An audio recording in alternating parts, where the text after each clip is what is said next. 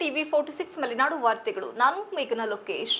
April 10 ಬೌದ್ಧ ಸಮಾಜ ವತಿಯಿಂದ ಡಾಕ್ಟರ್ ಬಿಆರ್ ಅಂಬೇಡ್ಕರ್ ಅವರ ಜನ್ಮದಿನಾಚರಣೆ ಏಪ್ರಿಲ್ 14ರಂದು ಹಮ್ಮಿಕೊಳ್ಳಲಾಗಿದೆ ಎಂದು ನಾಗಸೇನಾ ತಿಳಿಸಿದರು.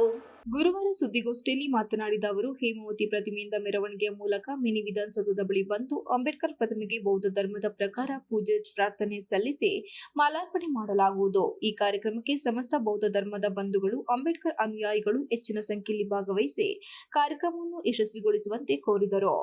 ಮೌರ್ಯ ಸಾಮ್ರಾಟ ಅಶೋಕ ಚಕ್ರವರ್ತಿಯ 2329ನೇ ವರ್ಷದ ಜನ್ಮದಿನದ ಶುಭಾಶಯಗಳು ಮತ್ತು ಬೋಧಿಸತ್ವ ಡಾಕ್ಟರ್ ಬಿಆರ್ ಅಂಬೇಡ್ಕರ್ ಅವರ 134ನೇ ಜನ್ಮದಿನದ ಶುಭಾಶಯವನ್ನು ಕೋರಿದರು. ಮಧ್ಯಪ್ರದೇಶದ ಮಾವು ಎಂಬಲ್ಲಿ 1891ರಲ್ಲಿ ಜನಿಸಿದ ಡಾಕ್ಟರ್ ಬಿಆರ್ ಅಂಬೇಡ್ಕರ್ ಅವರು ಶೋಷಿತ ಸಮಾಜದ ಪರ ಹೋರಾಡಿ ದೇಶದ ಎಲ್ಲಾ ವರ್ಗದವರಿಗೂ ಸಮಾನ ಹಕ್ಕುಗಳನ್ನು ಒದಗಿಸುವ ಸಂವಿಧಾನವನ್ನು ರಚಿಸಿ 1949ರಲ್ಲಿ ದೇಶಕ್ಕೆ ಸಮರ್ಪಿಸಿದರು.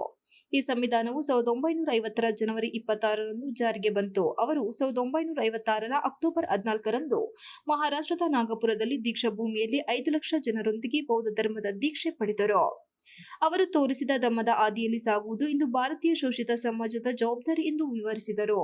ಇಂದಿನ ಅಖಂಡ ಭಾರತ ಇತಿಹಾಸ ಪ್ರಾರಂಭವಾಗಿದ್ದು ಮೌರ್ಯ ಸಾಮ್ರಾಜ್ಯದ ಮೂಲಕ. ಚಂದ್ರಗುಪ್ತ ಮೌರ್ಯನು ಈ ಸಾಮ್ರಾಜ್ಯವನ್ನು ಸ್ಥಾಪಿಸಿದನು. ನಂತರ ಅವರ ಮಗ ಬಿಂದುಸಾರನು ರಾಜ್ಯವನ್ನು ವಿಸ್ತರಿಸಿದನು. ಬಿಂದುಸಾರ ಮತ್ತು ಸುಭದ್ರಂಗಿ ಧರ್ಮ ದಂಪತಿಯ ಮಗನಾಗಿ 304ರ ಇಸವಿಯಲ್ಲಿ ಜನಿಸಿದ ಅಶೋಕನು ಭವಿಷ್ಯದಲ್ಲಿ ವಿಶ್ವವಿಖ್ಯಾತ ಮೌರ್ಯ ಸಾಮ್ರಾಟ ಅಶೋಕ ಚಕ್ರವರ್ತಿಯಾಗಿ ಅಗ್ರಗಣ್ಯನಾದನು ಎಂದು ಹೇಳಿದರು.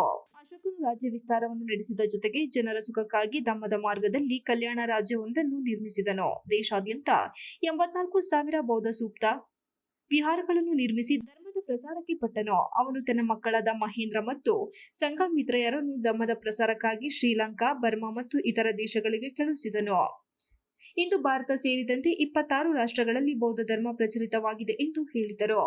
ಅಶೋಕನು ಬಿಹಾರದ ಬುದ್ಧಗಯಾ, ಉತ್ತರ ಪ್ರದೇಶದ ಸಾರನಾಥ, ಕುಶಿನಗರ, ಲುಂಬಿನಿ, ಮಧ್ಯಪ್ರದೇಶದ ಸಾಚಿ, ಕರ್ನಾಟಕದ ಸನ್ನತಿ, ಒರಿಸ್ಸಾ, ರಾಜಸ್ಥಾನ ಸೇರಿದಂತೆ ಅನೇಕ ಕಡೆ ಶಿಲಾಸನವನ್ನು ನಿರ್ಮಿಸಿದನು. ಅವನ ಚಕ್ರಮುಖ ಸಿಂಹ ಲಾಂಛನಗಳು ಇಂದಿಗೂ ಭಾರತದ ರಾಷ್ಟ್ರ ಚಿಹ್ನೆಗಳಾಗಿ ಉಳಿದಿದೆ ಎಂದರು. ಸಾಮ್ರಾಟ ಅಶೋಕನ ಅತಿದೊಡ್ಡ ಕೊಡುಗೆ ಎಂದರೆ ಧಮ್ಮವನ್ನು ಜಗತ್ತಿಗೆ ನೀಡಿದ ಮಹಾನ್ ಸೇವಕ ಎಂದರು. ಅಶೋಕ ಚಕ್ರವರ್ತಿ ರಾಜ್ಯಭಾರಕ್ಕೆ ಬಂದ ನಂತರ, ಬೌದ್ಧ ಧರ್ಮ ಸ್ವೀಕರಿಸಿದ ನಂತರ ಏನು ಮಾಡ್ತಾರೆ ಅಂದರೆ, ಈ ಅಹಿಂಸಾ ಮಾರ್ಗವನ್ನು ಕಡ್ಡಾಯವಾಗಿ ಮಾಡ್ತಾರೆ.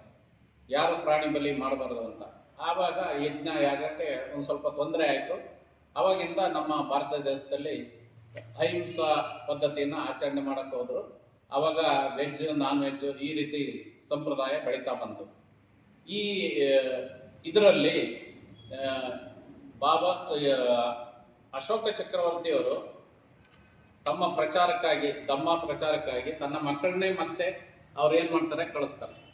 ಸಂಘಮಿತ್ರ ಮತ್ತು ಮಹಿಂದ ಅಂತ ಹೇಳ್ಬಿಟ್ಟು ಅವರ ಮಗ, ಅವರಿಬ್ಬರನ್ನ ಶ್ರೀಲಂಕಾ, ಬರ್ಮಾ ಈ ಕಡೆ ಎಲ್ಲ ಕಳಿಸ್ತಾರೆ. ಅದರಿಂದ ಬೌದ್ಧ ಧರ್ಮನ ಪ್ರಚಾರ, ದೇಶದ ಒಂದು ಸಂಸ್ಕೃತಿ ಮತ್ತು ಬೌದ್ಧ ಧರ್ಮದ ಅಹಿಂಸಾ ಪದ್ಧತಿ ಇದನ್ನು ಜಾರಿ ಮಾಡಿ ಭಾರತ ದೇಶದಲ್ಲಿ ಶಾಂತಿ ನೆಲೆಸೋದಕ್ಕೆ ಪ್ರಯತ್ನ ಪಟ್ಟಂಥ ಮಹಾ ಚಕ್ರವರ್ತಿ.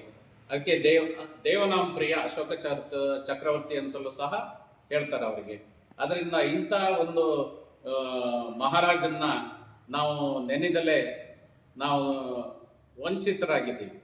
ಆದ್ದರಿಂದ ನಾವು ಇದನ್ನು ಬೌದ್ಧ ಧರ್ಮ, ಯಾಕೆ ಅಂದರೆ ನಾವು ಬೌದ್ಧ ಧರ್ಮದ ಅನುಯಾಯಿಗಳಾದ್ದರಿಂದ, ಅಶೋಕ ಚಕ್ರವರ್ತಿ ಬೌದ್ಧರಾದ್ದರಿಂದ ನಾವು ಅವ್ರನ್ನ ಈಗ ಬೆಳಕಿಗೆ ತರ್ತಾ ಇದ್ದೀವಿ.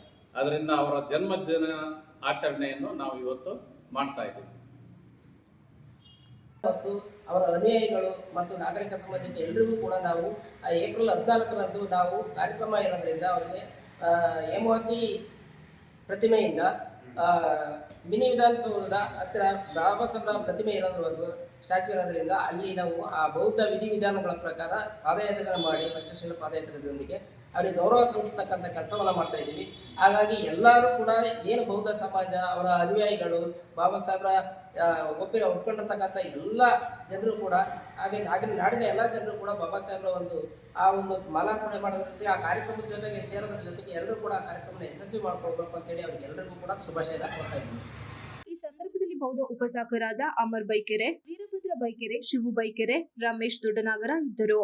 MB Umesh, TV 46 Malenadu news, Sakleshpur.